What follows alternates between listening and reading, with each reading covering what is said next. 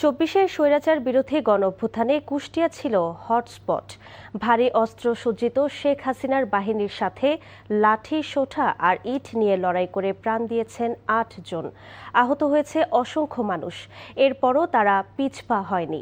স্বৈরাচারের পতনের আগ পর্যন্ত রাজপথ দখলে ছিল ছাত্র জনতার। কুষ্টিয়া থেকে সাবিনা ইয়াসমিন শ্যামলীর পাঠানো রিপোর্ট, জানাচ্ছেন জীবন আহমেদ। এই দৃশ্য মনে করিয়ে দেয় কতটা রক্তক্ষয়ী সংগ্রাম ছিল জুলাই আন্দোলন। অনেকটা স্বাধীনতা সংগ্রামের মতো ঘাতকের ভারী অস্ত্র আর রক্তচক্ষু উপেক্ষা করে ছাত্র জনতার প্রতিরোধ। নিরস্ত্র মানুষের উপর চলে প্রাণঘাতী অস্ত্রের প্রয়োগ। স্বৈরাচার শেখ হাসিনার পতনের আন্দোলন যখন তুঙ্গে, সারা দেশের মতো কুষ্টিয়া ছিল উত্তাল। জীবন বাজি রেখে সর্বস্তরের মানুষ নেমে আসে রাস্তায়। ২০২৪ সালের ১৭ জুলাই কুষ্টিয়া শহরের কাস্টমস মোড় এলাকায় ছাত্রদের মিছিলে ছাত্রলীগ সশস্ত্র হামলা চালায়। ছাত্রদের প্রবল প্রতিরোধের মুখে পালিয়ে যায় ছাত্রলীগের নেতাকর্মীরা।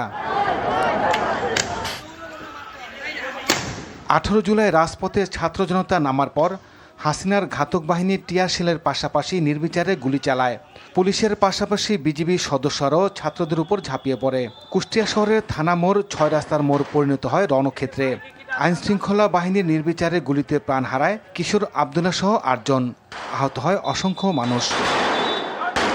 আমার 2টা ছেলে মেয়ে নিয়ে আর প্রতিবন্ধী বাবা নিয়ে আমরা যে কত কষ্ট করেছি, যেদিনকে আমার স্বামী মারা যায় তার আগের দিনও সারাদিন আমাদের ঘরে চাল নাই, আমরা রান্না করতে পারি নাই। শরীরে স্প্লিন্টারের অসহ্য যন্ত্রণায় কাতরাচ্ছেন আহত যোদ্ধারা। আমার এখনো চিকিৎসা কিন্তু সরকারিভাবে কোনোভাবে হয়নি। আপনারা দেখেন আমার এই হাতে এখনো 200-র উপরে পিনেট আছে, অলরেডি ঘা হওয়া শুরু করে দিয়েছে। আমার জানা মতে কুষ্টিয়া সারা বাংলাদেশের ভিতরে দ্বিতীয়তম স্থানে আছে আহতদের ক্ষেত্রে। আমি 5 তারিখে আহত হয়েছি থানার মোড়ে, একদম থানার মোড়ের সামনে থেকে যে বকচত্বরের ওখান থেকেই। শহীদ জুলাই যোদ্ধাদের পরিবারের দাবি, যে আশা নিয়ে তাদের সন্তানরা জীবন দিয়েছে সেই বৈষম্যহীন একটি বাংলাদেশ যাতে তারা দেখতে পারেন। জীবন আহমেদ, এনটিভি নিউজ ডেস্ক।